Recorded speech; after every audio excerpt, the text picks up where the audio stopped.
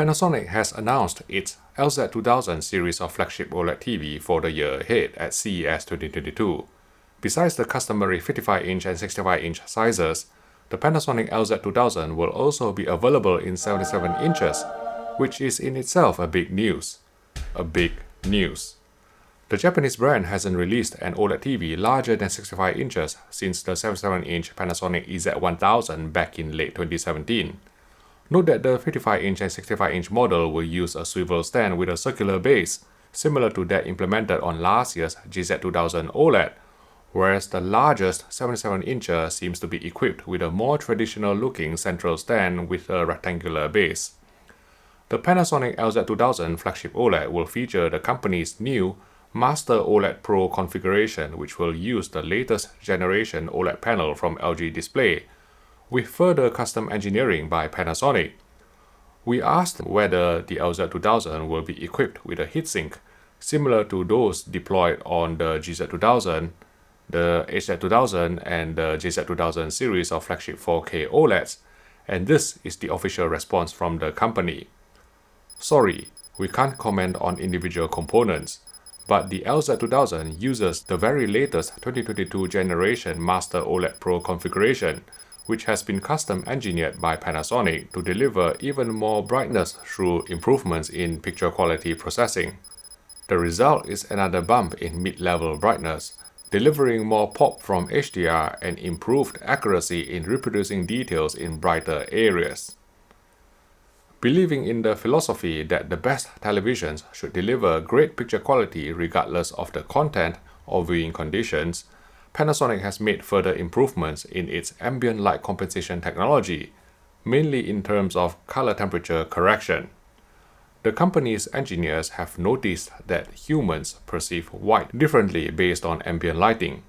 For example, most European homes use warm-colored lights at nighttime, meaning that on-screen white can be perceived as bluish or too cool. The new sensor works together with the HCX Pro AI processor to adjust each tone individually in the most realistic way based on the ambient light detected, thus delivering a more comfortable evening viewing experience. Out of 4 HDMI ports provided on the LZ2000, 2 are HDMI 2.1, each supporting an HDMI bandwidth of 40 gigabits per second, strongly suggesting there is no change in the underlying MediaTek HDMI 2.1 SoC. Being the only TV manufacturer who has managed to extract full 4K 120Hz resolution in VRR and HDR from such an SoC without the help of a coprocessor, Panasonic is continuing to go after the lucrative gaming market with a number of upgrades. 1. Full 4K 120Hz resolution with HDR and VRR will be working out of the box on the LZ2000 at launch. 2. There is now a game control board which displays various gaming-related parameters such as picture mode, VRR frame rates, 4K 120Hz bypass mode status, HDR tone map setting which can be used to simulate HGIG, and even video signal information including max CLL and max FALL, both of which are normally zeroed out from game consoles. This game information overlay seems to be the rage among TV manufacturers. Samsung was the first to announce the game bar on its 2021 Neo QLED televisions, followed by LG Electronics who added the game dashboard onto their TVs following a firmware update. And now Panasonic has also come up with its own version. I guess these game overlays give you the illusion of being in control of your own destiny, like Katniss in the Hunger Games. Panasonic also demonstrated a new 60Hz refresh mode on the LZ2000 flagship OLED, which would cut input lag measured on the top box using a Leo-Bodnar tester from the initial 10.5 milliseconds in game mode down to 1.5 milliseconds with 60Hz refresh mode engaged.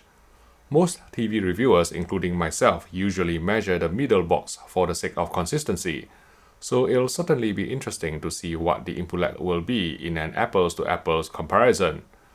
Otherwise, being the first TV brand to introduce inbuilt up-firing and side-firing speakers, Panasonic has completely overhauled the front-firing speakers this year, replacing them with multiple speakers arranged in a row, which runs the entire length of the television behind the front speaker grille. allowing for clearer Technics-tuned audio and a wider soundstage together with Dolby Atmos, as well as various directional sound applications, so your household can enjoy great sound without disturbing you working in another part of the room, for example, editing CES videos. Before you ask, Panasonic usually announces its full TV lineup in a separate unveil event in February or March, so we can expect step-down OLED televisions such as the LZ1500 and the LZ1000 then, perhaps even with a 42-inch model thrown in, given how gaming-focused the Japanese brand has become. If so, Panasonic's 42-inch OLED will certainly give some competition to Sony's 42A90K and LG's 42-inch C2 OLED, the latter of which I've covered in this video here.